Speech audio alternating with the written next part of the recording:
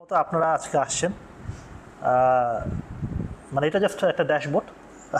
আপনাদের যে হায়ারিংটা হচ্ছে এটা নিয়ে একটু জাস্ট কথা বলার জন্য। এরপরে আর কোনো সেশন থাকবে না। সো প্রথমত হচ্ছে আপনারা যারা এখানে আসছেন, আপনারা একটা প্রসেসের মাধ্যমে আসছেন। সো আমাদের মানে এভরিথিং আমরা ট্রাই করেছি প্রথম থেকে ট্রান্সপারেন্টভাবে কমিউনিকেট করার জন্য। আর আমাদের হায়ারিং প্রসেসটা আমি মেবি একটু ডিফারেন্ট বা একটু পাগলাটে টাইপের জন্যভাবে বলি। মানে আমরা আসলে ট্র্যাডিশনালি আপনারা কয়টা কি অ্যালগরিদম পারেন, আপনারা কী কী টেকনোলজি পারেন, উই ডোন্ট বদার। আমরা সে জানতে চাই যে আপনি কতটা স্মার্ট। তো আমরা সবসময় ট্রাই করি যখন এই টাইপের হায়ারিংগুলো হয়, স্পেশালি মিড বা জুনিয়র লেভেলের, আমরা যারাই অ্যাপ্লাই করে তাদেরকে আমরা সবাইকে অ্যালাউ করি। কারণ আপনারা এখন যে অবস্থায় আছেন, আজ থেকে 20-22 বছর আগে আমিও সেম জায়গায় ছিলাম, এবং একটা কল পাওয়া ইন্টারভিউ বা ফ্রেশার অবস্থায় কল পেয়ে যে নিজেকে একটা মানে মানে জাজমেন্ট দিব বা আমি একটু নিজেকে কম্পেয়ার করব, সে অপরচুনিটি পাওয়া খুবই ডিফিকাল্ট। আপনার মানে রেফারেন্স না থাকলে কল পাওয়া যায় না, কী দেখে কল দেয় আল্লাহ জানে। কারণ আলটিমেটলি আমাদের সিভিগুলো দেই টেমপ্লেটেড, একই কথা।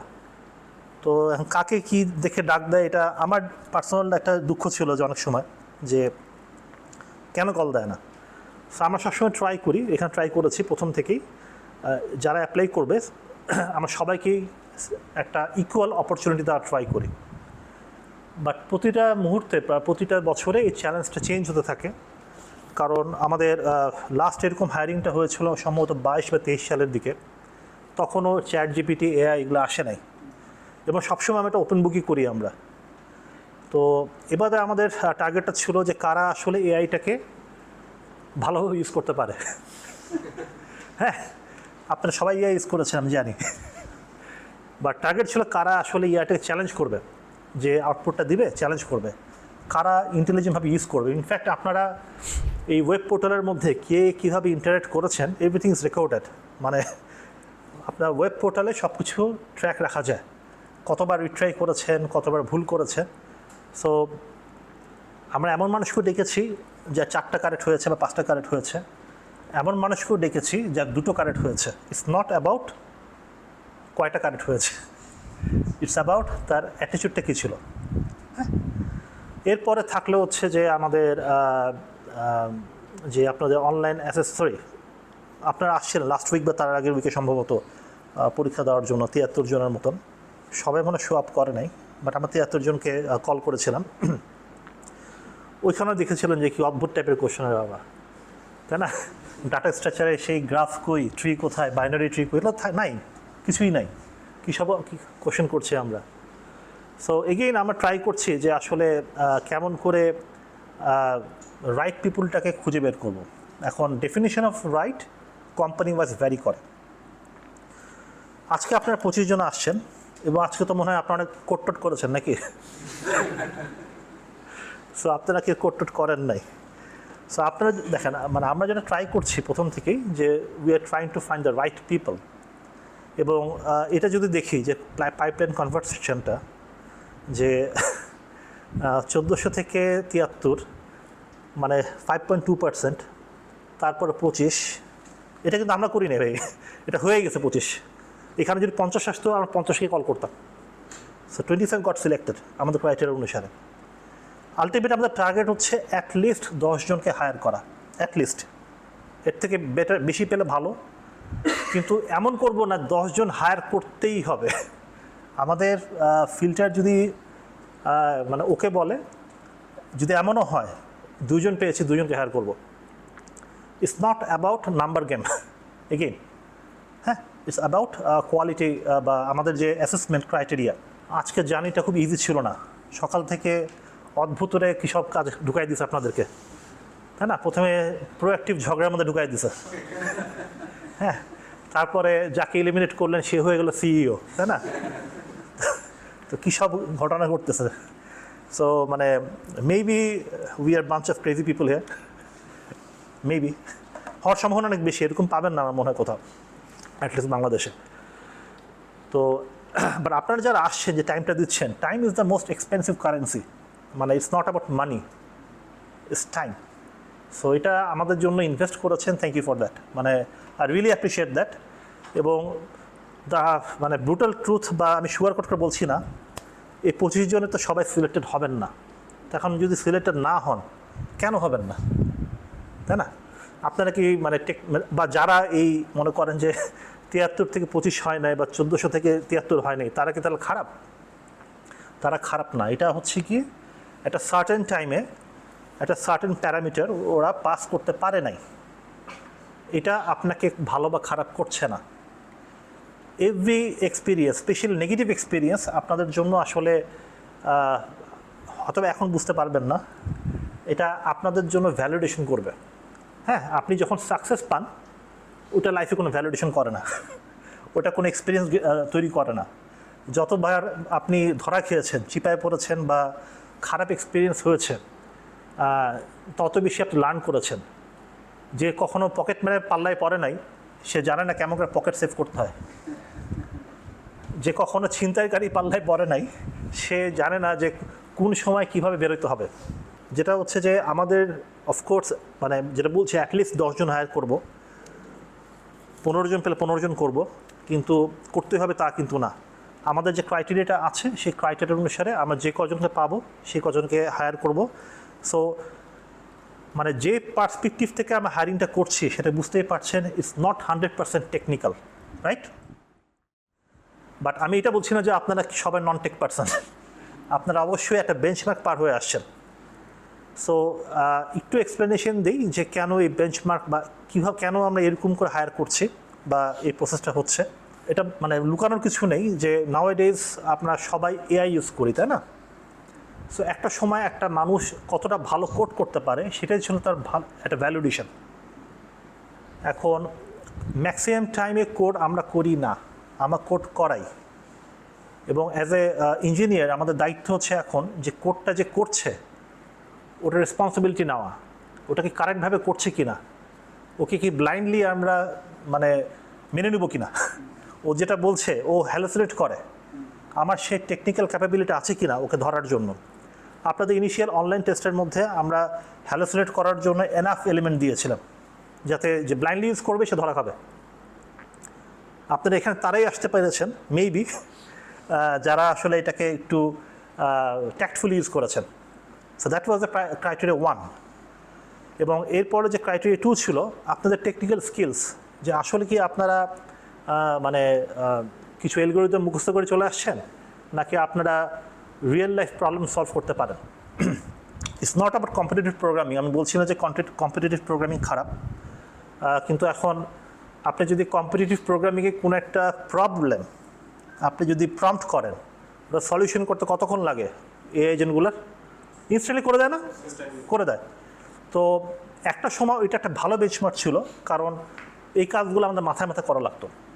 সো এখন হচ্ছে যে আমাদের অফকোর্স আপনি অ্যালগরিদম বা এগুলোকে বাদ দিতে পারবেন না।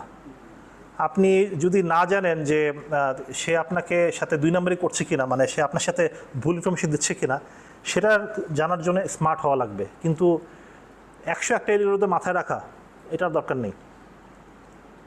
মানে 6000-এর সাথে 7290 গুণ করলে কি হবে, আমি যে জিজ্ঞেস করি ভাই পারবেন কিনা, কেউ যে মেন্টাল ম্যাথ পারে না, পারবেন না। মানে এটা কি এমন যে আপনার ম্যাথ পারেন না, খাতা দিলে পারবেন? সো ব্যাপারটা ছটা এরকম যে যেটা ক্যালকুলেটর ইউজ করা লাগবে, মানে আপনি ক্যালকুলেটরে ইন্টিগ্রেশন, যে সায়েন্টিফিক ক্যালকুলেটর, ইন্টিগ্রেশন পারমুটেশন, ওখানে তো ইনপুট দিলে হয়ে যায়। এখন এটা ইনপুট দেওয়ার জন্য তো অ্যাটলিস্ট আপনাকে integration, differentiation, radian, logarithm, ln, মানে লগ বেস 2, এগুলো তো জানতে হবে, নাহলে তো বুঝবেন না সে কী করতেছে এগুলা। তো এখন যে সময়টা আসছে যে আসলে আপনার মানে আমাদের এই প্রফেশনটা একটা ম্যাসিভ শিফটে হবে, ধ্বংস হবে না। এআই কখনো মানুষকে রিপ্লেস করবে না, বাট যে মানুষটা শুধু মনে করবে যে তার ভ্যালুটা হচ্ছে কোড করা, তাকে সে চ্যালেঞ্জ করবে। কিন্তু যে মানুষটা ঠিকভাবে কোলাবোরেট করতে পারবে, রাইট কোশ্চেন করতে পারবে, যে মানুষটা চ্যালেঞ্জ করতে পারবে যে এটা ঠিক, এই ডিসিশনটা ঠিক না, এই জাজমেন্টটা ভুল, এবং যে মানুষটা মানুষের সাথে কাজ করতে পারবে প্রপারলি, এআই তাকে অ্যাম্প্লিফাই করবে। এবং মানুষের সাথে কোলাবোরেশন এটা কখনো এআই করতে পারবে না। আমাদেরকে আসলে ছোটোবেলা থেকে শেখানো হয়েছিল রোবট হওয়ার জন্য, যে গুড বয় চুপচাপ থাকবে, কোলাবোরেট করবে না, পড়বে, পরীক্ষা দিবে, পরীক্ষা দিয়ে চলে যাবে। যে ছেলেটা সন্ধ্যার পর বাসায় চলে আসে, যে ছেলেটা বন্ধুদের সাথে আড্ডা মারে না, সে গুড বয়, তাই না? সে ভালো ছেলে। সো এই ভালো ছেলে ডেফিনেশনটা আসলে চেঞ্জ হওয়া শুরু করতেছে এখন। আমি বলছি না যে এখন যে আড্ডা মারেন, যে মানে ব্যাপারটা হচ্ছে things are changing. So we have to be human to fight with the AI. এই কথাগুলো বলাটা খুব ইজি। এবং মানে আপনারা এখন ক্যারিয়ারের যে স্টেজে আছেন, মানে একটা এমন সময় আপনারা ইন্ডাস্ট্রিতে জয়েন করতে যাচ্ছেন, ইন্ডাস্ট্রি একটা শিফটিংয়ের মধ্যে দিয়ে পাস আউট করছে। সো এই অবস্থায় আসলে কিছু কোয়ালিটি যদি আপনারা অ্যাকুয়ার করতে পারেন, সেটা আপনাদের লাইফে ভ্যালিডেশন করবে। এক নম্বর কোয়ালিটি হচ্ছে আনকমফোর্টেবলনেসটাকে কমফোর্ট জোনে নিয়ে আসা। মানে আপনি কখন কমফোর্টেবল হতে পারবেন না। আপনি গো পারেন, রাস্ট পারেন, নোট.js পারেন, ডাজন্ট ম্যাটার, কালকে আপনার থেকে বেটার পারবে এআই টুল। হ্যাঁ, সো আপনাকে হতে হবে হচ্ছে খুবই কিউরিয়াস, আপনাকে হইতে হবে ভেরি ফাস্ট লার্নার না, কারণ দ্রুত আনলার্ন করে আবার লার্ন করতে হবে, ঠিক আছে? সো লং স্টোরি শর্ট, সেটা এগেইন মানে এতটা সময় দেওয়ার জন্য অনেক ধন্যবাদ। আজকের দিনটা বেশ হয়তো আপনাদের জন্য খুবই খারাপ গেছে অনেকের, we are sorry for that যদি হয়ে থাকে, কারণ মেবি এরকম কিছু এক্সপেক্ট করেন নাই। বাট মাইন্ড ইট, মেবি সামনের দিকে সমস্ত ইন্টারভিউ হয়তো এরকমই হবে, কারণ কোড করার জন্য আসলে রোবট আছে। So people will look for people, so that's the thing we are looking for. So again আপনাদের সময়ের জন্য অনেক ধন্যবাদ। এই হার্ডেলটা, আজকের দিনটা এবং সমস্ত হার্ডেলগুলো আসলে সবসময় ভালো ছিল না বা ভালো লাগে নাই। আমাদের কোম্পানি হিসেবে লিমিটেশন আছে, আমরা বলবো না যে with the best of the companies. আমার টাইনি একটা কোম্পানি, ছোট্ট, মানে বাংলাদেশের তুলনায় পিছিয়ে একটা কোম্পানি, 100 পিপল হয়নি আমরা এখনও। এই 10 জন আসলে তো 100 হব। সো বড় বড় কোম্পানি হয় থাউজেন্ডস, মানে 100,000, মিলিয়ন্স অফ পিপুলার। So we are nowhere. Still আমরা ট্রাই করি বেস্ট কাজটা করার জন্য, বেস্ট প্র্যাকটিসটা ফলো করার জন্য। সো এই জন্যই এত হ্যাপা। আদারওয়াইজ আমরা অন্যান্য কোম্পানির মতন ওই সিপি দিয়ে হায়ার করে ফেলতে পারতাম। অনেক প্ল্যাটফর্ম আছে, আপনাদের জন্য যা ইউজ করা হয়েছে এই প্ল্যাটফর্মটা ছাড়াবো, সেটা একটা সুইডিশ প্ল্যাটফর্ম। সব কিছু আমাদেরই বানানো, জাস্ট ফর দিস এক্সাম। এবং নেক্সট টাইম কিন্তু এটা থাকবে না, প্রতিবারই আমরা চেঞ্জ করবো এটা, ঠিক আছে? সো মানে নেক্সট টাইম যদি কেউ অ্যাপ্লাই করে আপনি যে টিপস দেন যেভাবে হলে হয়ে যাবে, হবে না, হবে না। হ্যাঁ, যদি আমরা থাকি, আর না থাকলে তো পরের ব্যাপার। তো again virus, thank you for the time. এবং এগেইন যে কোনো জব ইন্টারভিউ খুবই স্ট্রেসফুল।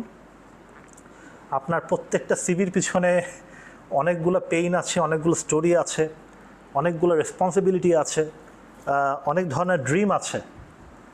বাট এই যে মানে এটার পরে যে নেক্সট রেজাল্টটা আসবে হয়তো একটু সময় লাগবে। কেন সময় লাগবে? কারণ হচ্ছে যে আমরা আসলে টিম বিল্ডিংয়ে যাচ্ছি। কবে জানা যাচ্ছি আমরা? 25 তারিখে আমরা নেপালে যাচ্ছি টিম বিল্ডিংয়ে। আপনারা যেটা করেছেন এভাবেই প্ল্যান করি আমরা, আমাদের মানুষরাই প্ল্যান করে। বা যেটা বলছিলাম যে আপনাদের অনেকেই সিলেক্টেড হবেন না, তার মানে এটা না যে আপনার ফেইলিয়ার। হ্যাঁ, প্রতিটা ইন্টারভিউ, প্রতিটা প্রসেস আপনাদেরকে কিছু না কিছু জিনিস লার্ন করতে হেল্প করেছে, এবং এই লার্নিংটা নিয়েই কিন্তু আপনি বাসায় যাচ্ছেন। হ্যাঁ, এবং try to think on that. হ্যাঁ, এটা কি আসলেই কোনো মানে প্রসেস, নাকি এটা আসলে এদের এনাফ ফান করার সময় ছিল, সো ফান করার লোক পাচ্ছিল না। So let's create some fun with this guys.